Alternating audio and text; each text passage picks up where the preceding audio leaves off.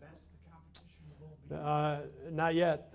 No, the teams that we coached a few years ago that returned everybody, Josh, that was.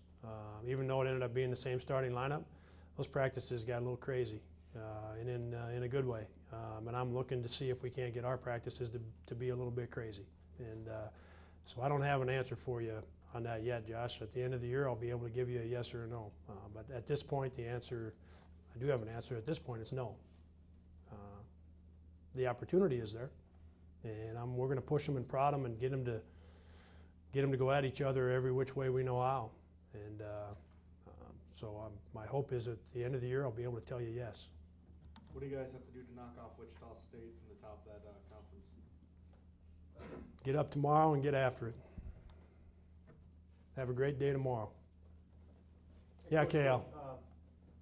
Scheduling has changed for you the last couple of years. The bracket buster's gone away. Yeah. Iowa State series home and home is gone. Creighton's out of the league. How do you approach scheduling now? Can you get a high enough RPI with your non-conference to Right. get that large bid if you do not win the tournament? Yeah, it's always been a challenge, much more challenging because of the reasons you mentioned. When we just get the one Iowa State game, we lose Bracket Buster, we lose Mountain West Challenge.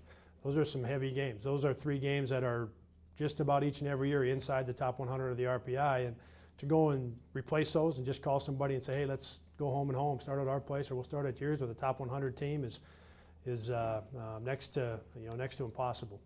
And to do it 3 times is very, very difficult. So it's a matter of taking some games that maybe we wouldn't have had to take 3 years ago because you already have the high-profile games. So now a couple years ago when we went, I don't remember if we still had a couple of the Bracket Buster and the Mountain West Challenge, but go to Old Dominion and fly across the country and play St. Mary's in the 24 hours of hoops. Do something like that each year. That's not best for your team. It's a real challenge, and I enjoy doing those things. The only reason we do it though is to have a schedule that allows us to get in that large bid, and each year is going to present different challenges. We'll take about any game, KL. So it just kind of depends on who will, which way it turns and who we can get or where we can go to play them.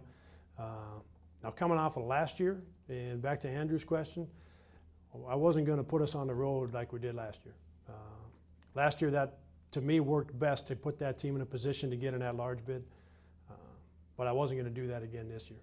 Is there any talk of having another challenge like you had with the Mountain West or something like that? Yeah, there's been some discussion since Bracket Buster went away. There's been some discussion.